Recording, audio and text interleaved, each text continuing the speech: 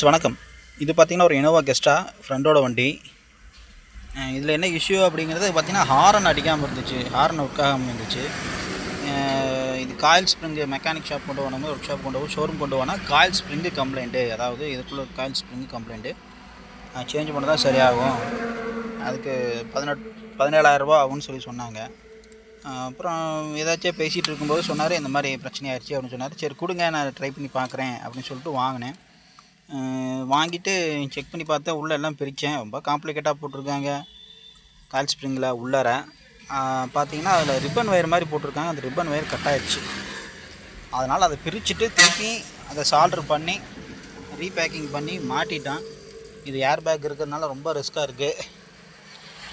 யூடியூப்பில் நிறைய விஷயங்களை பார்த்தேன், அப்புறம் தெரிஞ்சுக்கிட்டு இப்படி என்னதுன்னு பார்த்துட்டு அதே மாதிரி கழட்டிட்டு திருப்பி மாட்டி செக் பண்ணி பார்த்துட்டோம், ஓகே ஆயிடுச்சு. ரொம்ப ரிஸ்க்கான வேலை தான் இது.